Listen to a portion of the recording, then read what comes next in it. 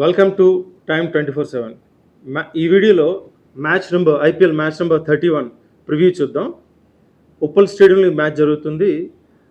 SRH and DC ఈ రెండు జట్లు కూడా ఈ మ్యాచ్లో ఆడుతున్నాయి.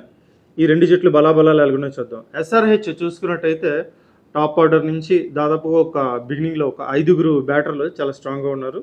అభిషేక్ శర్మ, ట్రావిస్ హెడ్, ఇషాన్ కిషన్, తర్వాత క్లాసన్, నితీష్ కుమార్ రెడ్డి. సో ఈ 5 కూడా ఎవరో ఒకరు క్లిక్ అవుతున్నారు. బిగినింగ్లో ట్రావిస్ హెడ్ కానీ మన అభిషేక్ శర్మ కానీ ఎవరో గట్టిగా నిలబడి కొడితే పవర్ ప్లేలో వీళ్ళిద్దరూ గట్ట అవుట్ అవ్వకుండా ఉండే మాత్రం ఆ జట్టు భారీ స్కోరు దిశగా అడుగులు వేస్తుంది. భారీ స్కోరు ఒకళ్ళు సాధించినట్టయితే ఎస్ఆర్హెచ్ బౌలర్స్కి డిఫెండ్ చేసుకోవడం చాలా ఈజీ అవుతుంది. సో ఆ విధంగా ట్రావిస్ హెడ్, అభిషేక్ శర్మ, అలాగే ఇషాన్ కిషన్ చూసుకున్నట్టయితే వీళ్ళు బిగినింగ్లో అభిషేక్ శర్మ కానీ ట్రావిస్ హెడ్ కానీ వీళ్ళు ఆ మాత్రం ఆడినా ఈ ఇషాన్ కిషన్ మాత్రం చాలా స్ట్రాంగ్గా అక్కడ నిలబడుతున్నాడు. ఇప్పటిదాకా జరిగిన మ్యాచ్లో చాలా స్ట్రాంగ్గా నిలబడి మంచి స్కోర్ కూడా చేశాడు. తర్వాత వీళ్ళు ముగ్గురు అవుట్ అయిపోయినప్పటికీ కూడా క్లాసన్ అనే ప్లేయరు ఎస్ఆర్హెచ్కి మోస్ట్ రిలయబుల్ ప్లేయర్గా ఈ సీజన్లో అవతరించాడు.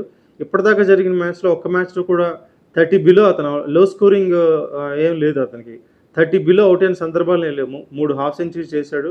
ఇప్పటిదాకా అతను ఆడినటువంటి మ్యాచ్ల్లో 283 పరుగులు చేసి ఆరెంజ్ క్యాప్ హోల్డర్గా ఉన్నాడు. అంటే ఈ సీజన్లో అతనికన్నా ఎక్కువ పరుగులు ఎవరు చేయలేదు. Orange cap holder Klaasen. అలాగే క్లాసన్కి తోడుగా నితీష్ కుమార్ రెడ్డి. గతంలో జరిగిన మ్యాచ్లు చూసుకున్నట్టయితే టాప్ ఆర్డర్ కొలాప్స్ అయిన తర్వాత క్లాసన్ తర్వాత నితీష్ కుమార్ రెడ్డి వచ్చాడు. మరో వికెట్ పడకుండా వీళ్ళిద్దరు కూడా చాలా జాగ్రత్తగా ఆడుతూ ఇన్నింగ్స్ మంచి పార్ట్నర్షిప్ బిల్డప్ చేస్తూ ఒక రెస్పెక్టబుల్ స్కోర్ అనేది ఎస్ఆర్హెచ్ టీంకి అందిస్తున్నారు. దీంతో సన్ రైజర్స్ హైదరాబాద్ టీము బౌలింగ్లో కూడా డిఫెండ్ చేసుకోవడానికి తగిన స్కోర్ వీళ్ళ వల్ల కలుగుతుంది అనమాట. సో టాప్ ఆర్డర్లో వీళ్ళు 5 కొద్దిగా స్ట్రాంగ్గా ఉన్నారు. ఇక ఎస్ఆర్హెచ్ బౌలింగ్ విషయానికి వద్దాం. రీసెంట్గా చూసినటువంటి మ్యాచ్లో ఏమైందంటే మనకి ఇంతకు ముందంతా కూడా ఎస్ఆర్హెచ్కి వీక్ పాయింట్ ఏంటంటే బౌలింగ్. ఈ ఉనద్గత్ అనేటువంటి బౌలరు చాలా ధారాళంగా పరుగులు ఇచ్చేవాడు. సో అతను పక్కన పెట్టి ప్రఫుల్ హింగే అనేటువంటి ఒక యంగ్స్టర్కి ఎస్ఆర్హెచ్ యాజమాన్యం అవకాశం ఇచ్చింది. సో అతను చాలా చక్కగా వినియోగించుకుని మొదటి ఓవర్లోనే 3 వికెట్లు సాధించాడు. అంటే ఫస్ట్ ఓవర్లోనే సెకండ్ బాల్కి, ఫోర్త్ బాల్కి, సిక్స్త్ బాల్కి 3 వికెట్లు తీశాడు. మ్యాచ్ పూర్తి అయ్యేసరికి మొత్తం 4 వికెట్లు తీశాడు. ఒక యంగ్ సెన్సేషన్ ఎస్ఆర్హెచ్కి ఒక తురుపు మొక్కలా దొరికాడు అనమాట. సో బౌలింగ్ విభాగం కూడా ఎస్ఆర్హెచ్కి స్ట్రాంగ్ అయింది ఈ ప్రఫుల్ హింగి రావడం వల్ల. అలాగే సకీబ్ హుస్సేన్, ఇతను కూడా మరో యంగ్స్టరు. లాస్ట్ మ్యాచ్లో డెబ్యూ చేశాడు. ఇతను కూడా 4 వికెట్లు తీసుకున్నాడు. ఎస్ఆర్హెచ్ వీళ్ళ మీద మంచి నమ్మకం పెట్టి అన్క్యాప్డ్ ఇండియన్ ప్లేయర్స్, సో చాలా తక్కువకే వేళ్ళను కొనుక్కున్నారు. అటువంటి ప్లేయర్స్ ఊహించని రీతిలో ఎస్ఆర్హెచ్కి విజయంలో కీలక పాత్ర పోషించారు.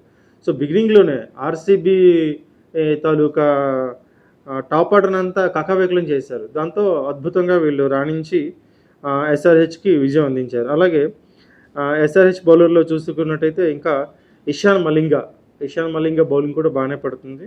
హర్ష్ దుబే, అలాగే శివాంగ్ కుమార్, అనికేత్ వర్మ వీళ్ళు కూడా బౌలింగ్ విభాగంలో కాస్త పర్లేదన్నట్టుగా ఉన్నారు. ఓవరాల్గా చూసుకున్నట్టయితే ఎస్ఆర్హెచ్ బౌలింగ్ అండ్ బ్యాటింగ్లో కూడా బాగానే కనిపిస్తుంది.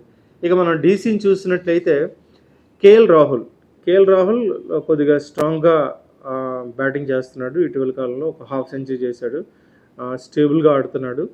అడ్డమైన షాట్లు కొట్టి అవుట్ అయిపోవడం అనేటువంటిది ఏం లేదు. ఆ సీనియారిటీ క్లియర్గా బ్యాటింగ్లో కనిపిస్తుంది. అలాగే లోయర్ ఆర్డర్లో చూసుకున్నట్టయితే డేవిడ్ మిల్లర్ లాస్ట్ మ్యాచ్లో ఆర్సీబీతో జరిగిన లాస్ట్ మ్యాచ్లో డేవిడ్ మిల్లర్ ఒంటి చేతితోనే గెలిపించాడు. అలాగే ఇంకా చూసుకున్నట్టయితే టాప్ ఆర్డర్లో ఈ డీసీ టాప్ ఆర్డర్లో నిశంక ఉన్నాడు.